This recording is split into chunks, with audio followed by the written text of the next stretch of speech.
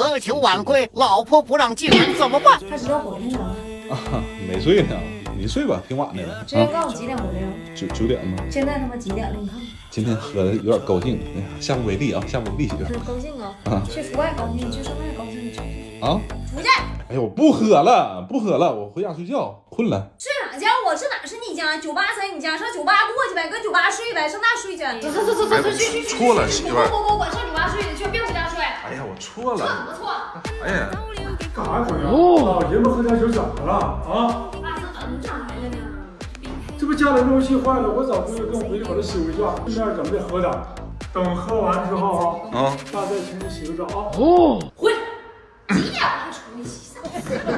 那这么热还喝这个酒，你刚喝完还喝呀？那不有正事儿吗？我给爸修路由器嘛。爸，我给你准牛奶洗。